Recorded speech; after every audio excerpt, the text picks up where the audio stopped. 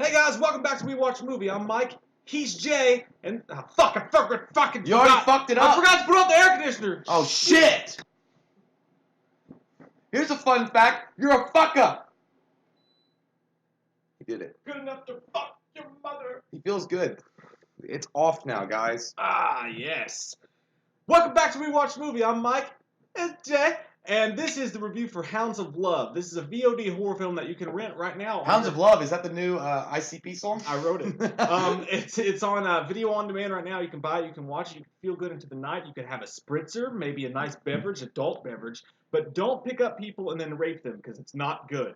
Why do you do that for? Like, I've heard of like couples, therapy where you do things together. Like you do things together to come together, but they actually do come together by kidnapping young girls from tennis courts. You piece of shit Aussies.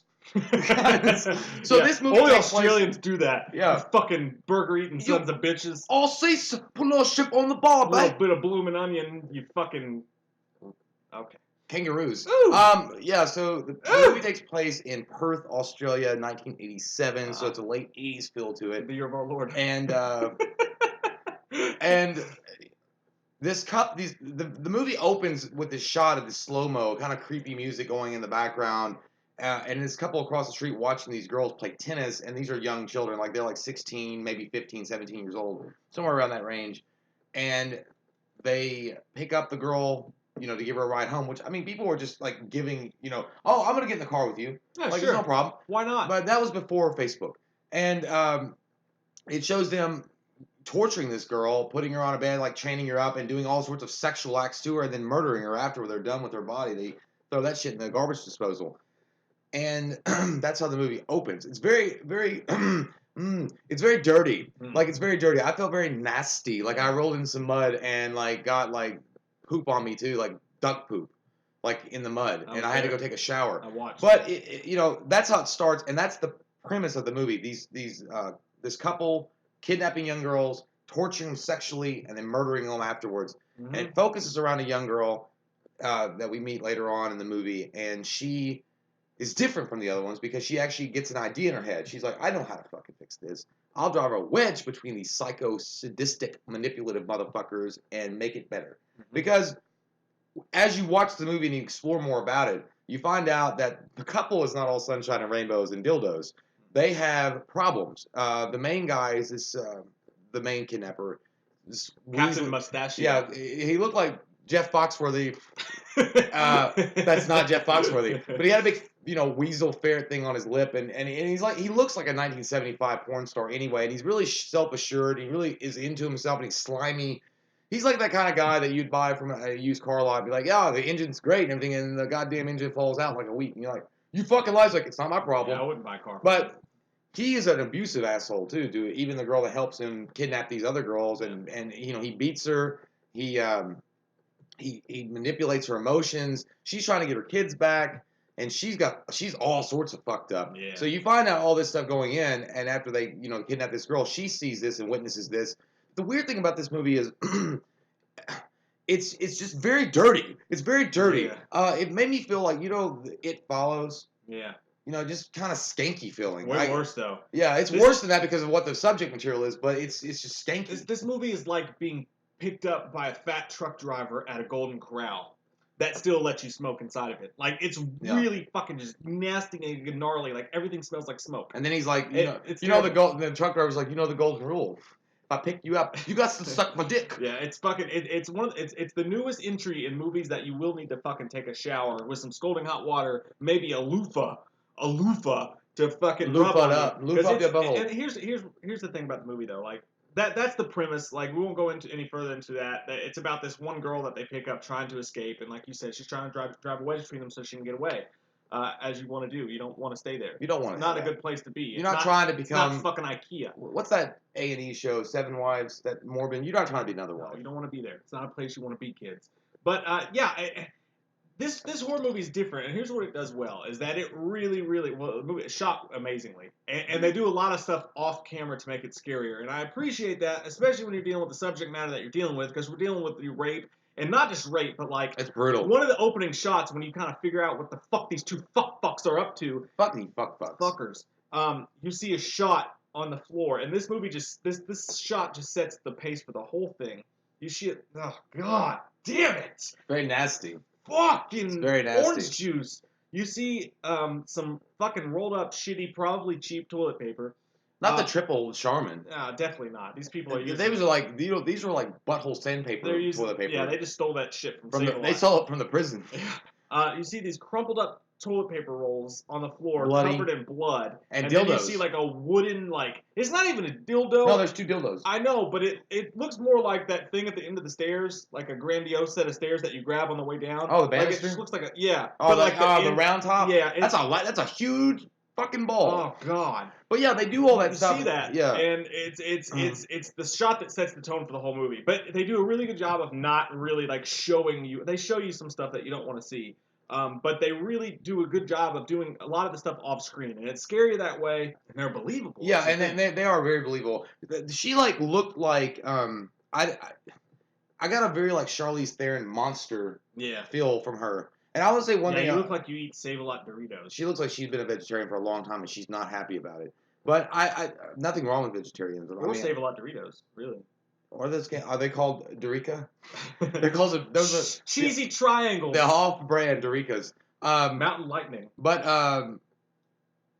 the one thing about this movie that it forces you to do is you are a participant in watching it happen. Like it's very voyeuristic because they don't show you everything.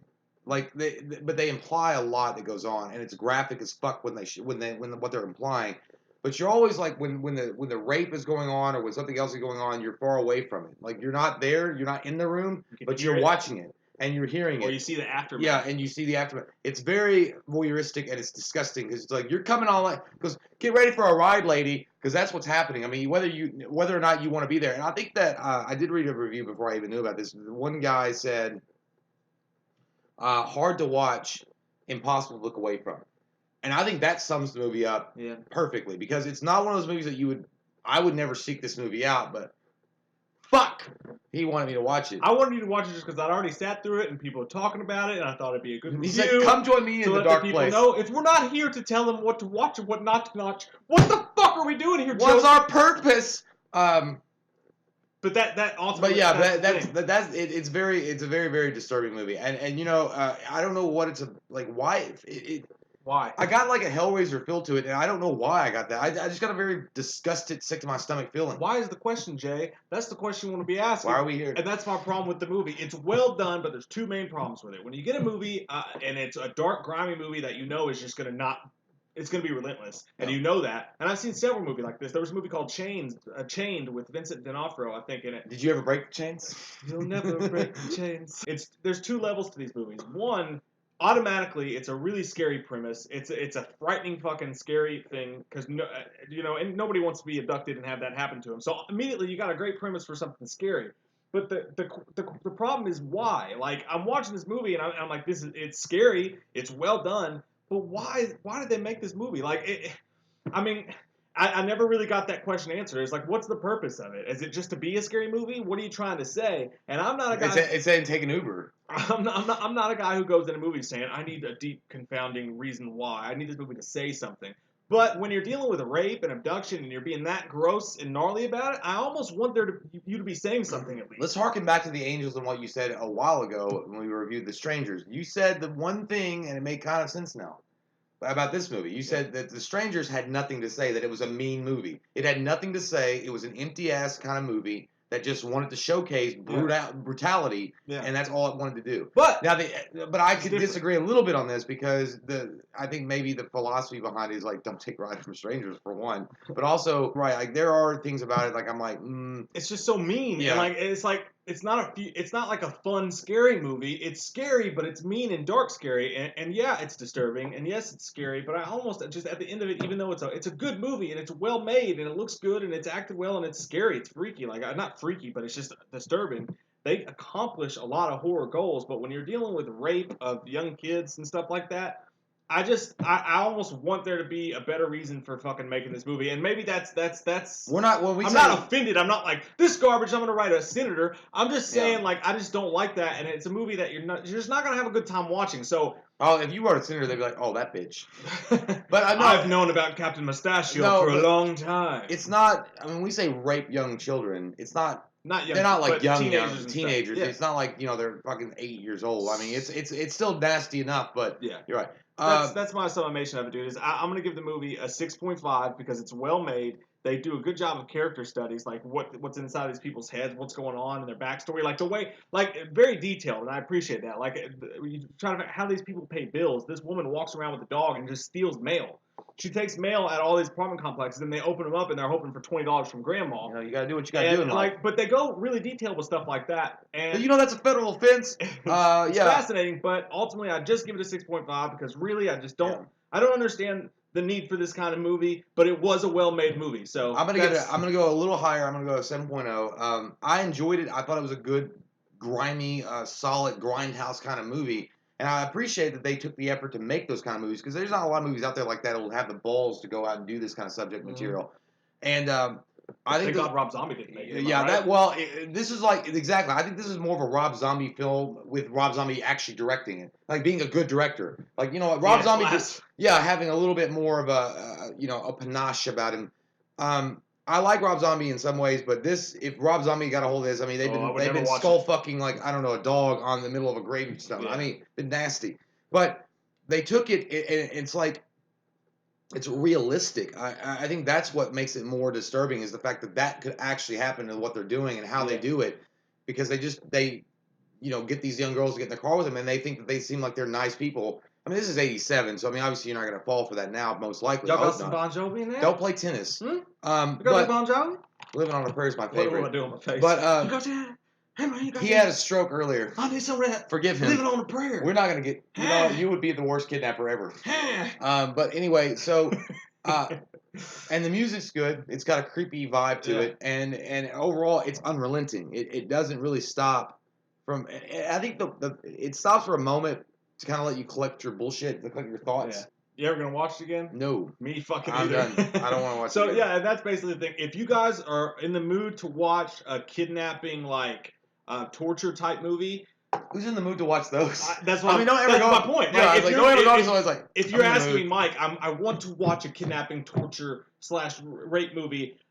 Should I watch Hounds of Love? I'm gonna say you're weird. And that was weird. Yes, you should. That's perfect. The title is so deceptive. Hounds of Love. It sounds like it's like an Elvis biop. I thought it's like an Elvis Presley. Yeah, and then somebody's like, don't ever go on a date and be like, I really want to watch this movie. Don't watch this. I was like, this is my favorite movie. It really speaks volumes to me. And they're like, what the fuck? Yeah, and don't be eating Del Taco while you. Don't eat Del Taco while you watch this because it's gonna ruin your meal. So if we were on Rotten Tomatoes, that would be the thing. Don't eat Del Taco while you watch. Don't eat food. Period. It's gonna ruin your meal.